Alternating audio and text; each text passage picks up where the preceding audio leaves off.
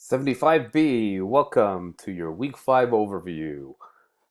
This should be what your view looks like. I'm on student view right now. This is what you're doing right now. Remember, always hit the overview video first so you get the big picture of what's happening for that week. Of course, then you've got it put into schedule form, your week 5 overview. We'll be talking about Suisun Far, one of the earliest cases of Asian American literature. Really interesting short story. Mrs. Spring Fragrance takes place in the San Francisco Bay Area. Anyway, I'll be very interested to see what your comments are regarding it. We're going to talk also about building your thesis statements for your literary analysis essay, and we'll also talk about dropped quotations. I haven't put that video in yet, but I will find it for you guys. Now look at what we've got coming up. Coming up this Wednesday, you should have your comment in, and I'd also like to see your Essay 1 thesis statement. Get those two big things out of the way, and then come Thursday, 2917. Wow, that needs to be changed. Starting Thursday at 12 o'clock a.m. all the way to Friday, 11:59 p.m. That is your quiz window for quiz number 1, and I'll be going over that. Then notice on Saturday, you've got some reading, and you're also going to be posting your 2 replies for 2 different comments on discussion 5. This week's discussion is on Charlotte Perkins Gilman and the Yellow Wallpaper. Really fun piece. It's going to feel very contemporary in some ways, and it's going to feel very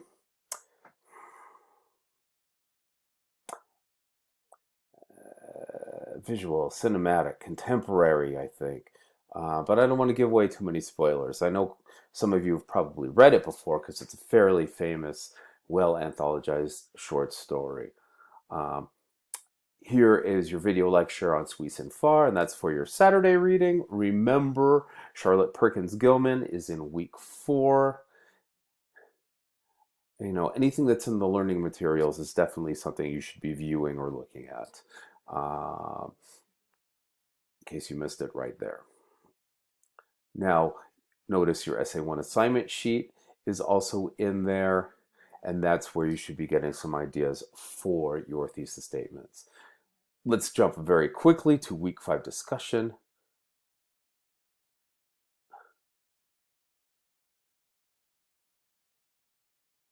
I'm going to be asking you here, how is the Yellow Wallpaper like a dark romanticist or gothic or horror story in the style of Edgar Allan Poe? Some people are going to point to Edgar Allan Poe as, the father of modern American horror fiction, somebody that leads up to and through Stephen King and others like him.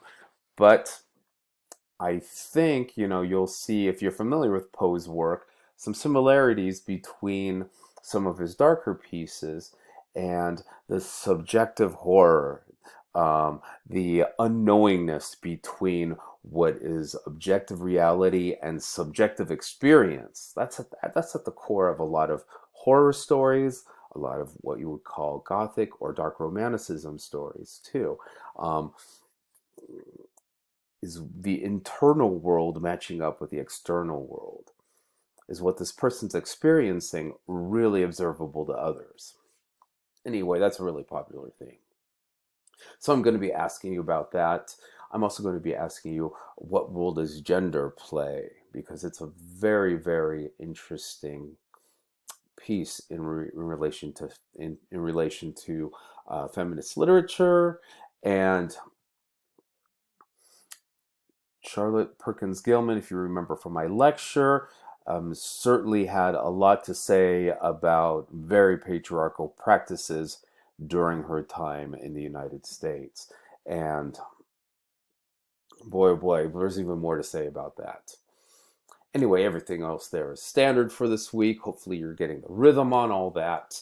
And let's take a look at your thesis statement.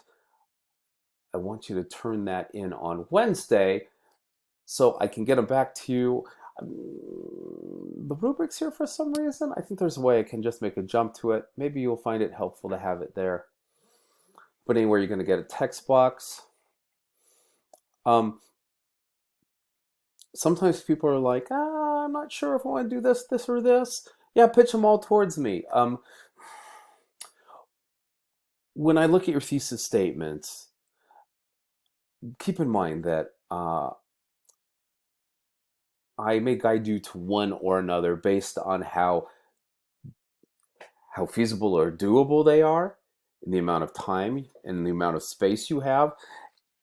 I may also steer you a certain way based on like how narrow or broad your project is.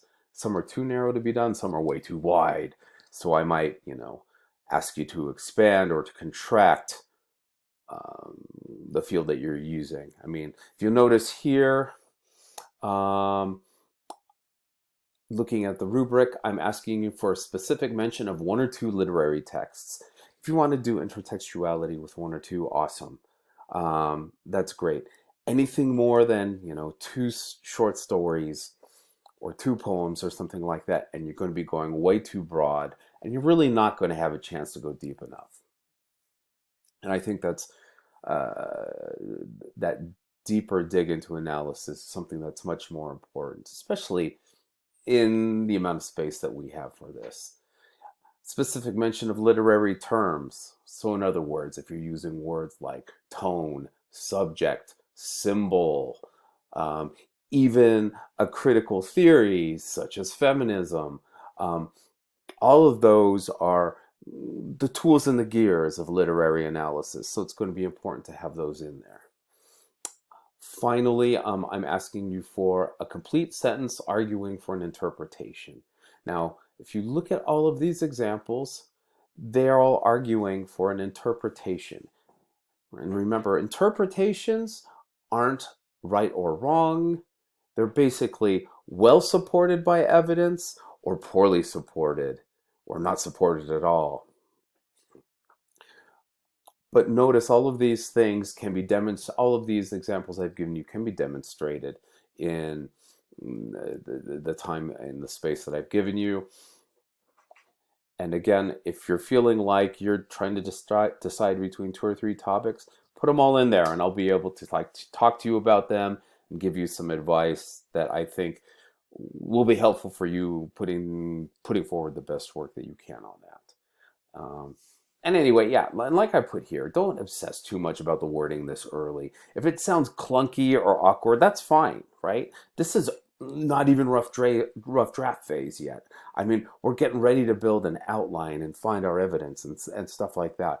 So the wording that we have is just going to be placeholders, so to speak. Don't obsess about it too much. Remember, getting that wording right, getting that flow right, all that stuff, that's a paint job issue way, way, way down the road. We're still imagining what the car that we are building will look like. We're still in those very, very early conceptual stages. So again, don't obsess too much about the wording.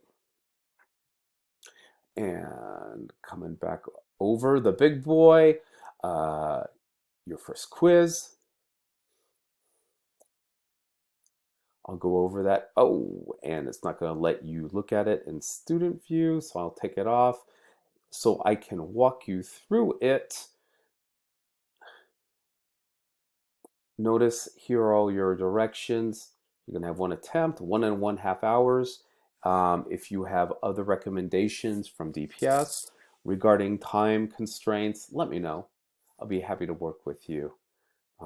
Click into the quiz, Thursday at 12. Well, actually, Thursday at 12 until Friday at, it's probably going to be 11:59 p.m. It's open book, or um, if it's something that I've given you over PDF, it's open PDF, but um, it's a closed internet. In other words, you can't be searching up on the internet for research materials or answers or AI generated text. Please don't do that kind of stuff on the quiz. And I will quickly show you what the point breakdown is going to be.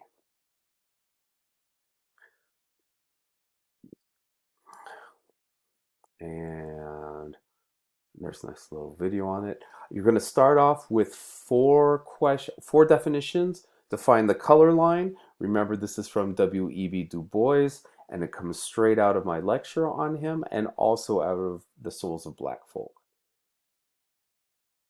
8 points possible. Define literary regionalism, and we talked about that already. That is also in one of our previous lectures. Define satire. Satire is really important, especially when we're looking at Twain. Finally, define double consciousness. That's another term from W.E.B. Du Bois. And again, you'll find that in the notes that we have. Now, this next part, notice you're going to be given 5 passages. Here is something really important. I'm letting you choose the top 5 out of 7 that you want.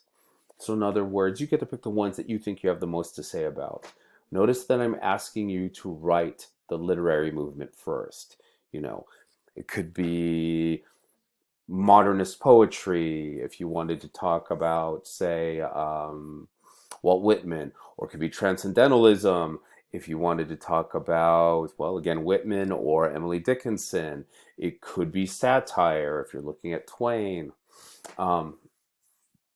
Everything up to the yellow wallpaper is game for the quiz. Then I'm going to ask you to write your commentary. And basically what I'm asking you to do is I'm going to give you a passage for you to look at, and I want you to comment on it with 5 different points regarding the passage. It can be about its literary movement. It can be about the figurative language being used. It can be a statement about the theme or tone being used, or any other literary term. It can also address, if you want to, the relationship of that piece or that excerpt to the larger literary work that it's found in. You could also talk about what social or political or historical significance the passage had. So I'm not looking for a very specific 1 through 5. There are lots of different ways to get to those points, okay? But again, it's going to be up to you to choose the points that you think are the most relevant. And if you want me to go through some examples, or if you'd like to chat with me more about it, I'm totally up for that. You can come visit me at my advice hours this week, or you can always text me on Remind or email me. And I keep on zipping down there, and I don't want to go any further because you will see the passages and it is supposed to be a surprise. But the most important thing you can remember is only respond to 5 out of 7. If you do all 7, I'm just going to take the first 5.